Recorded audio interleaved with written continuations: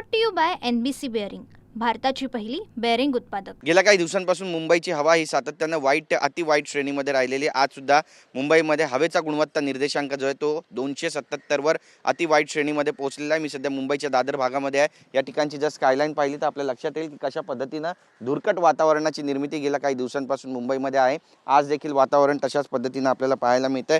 वडाळा, कुर्ला, बँड्रा, गोवंडी, परळ, बोरिवली, मालाड, दादर आणि कुलाबा यांच्यासारख्या ठिकाणी प्रदूषण जास्त असल्याचं बोललं जातं। PM 2.5 म्हणजेच पार्टिक्युलेट मॅटर आणि PM10 हे प्रमुख प्रदूषकांचं प्रमाण जे आहे ते मुंबईतील हवेत वाढल्यानं चिंतासुद्धा व्यक्त केली जात आहे। प्रदूषण पातळी जास्त असण्यामागे वाहनांची वाढती संख्या, हवामानातील बदल आणि इतर स्थानिक कारणं सांगितली जात आहेत, ज्यामुळे PM 2.5 आणि PM10 सारखे कण हवेत जमा होत आहेत आणि आरोग्य धोक्यात येत आहे। यामुळे श्वसनाचे आजार वाढण्याचा जो धोका आहे तो सुद्धा निर्माण झालेला आहे। यावर वारंवार तोडगा काढण्याचे जे उपाय योजना आहेत त्या करण्याचे काम महानगरपालिकेकडून केलं जाते। त्यासोबतच आपण पाहतोय की प्रदूषण विभागाकडून सुद्धा यावर नियंत्रण मिळवण्याचे आतोनात प्रयत्न केले जातात, मात्र तरी देखील हवंय तसं यश जे आहे ते यांना मिळत नाही आहे। संवेदनशील लोकांसाठी जसं की लहान मुलं आणि श्वसनाचा त्रास असलेल्यांसाठी घराबाहेर जाणं टाळावं किंवा मास्क वापरावा असा जो सल्ला आहे तो सुद्धा आता हवामान विभागाकडून आणि त्यासोबतच आपण पाहतोय की आरोग्य विभागाकडून देण्यात आलेला आहे। वारंवार मुंबईची जी हवा आहे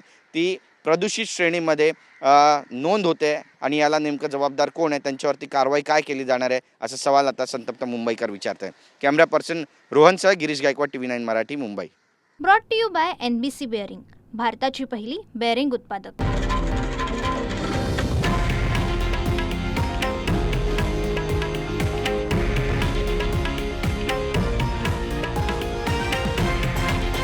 हे आहे देशातील नंबर 1 न्यूज नेटवर्क आणि आपण पाहत आहात TV9 मराठी, एकमेव।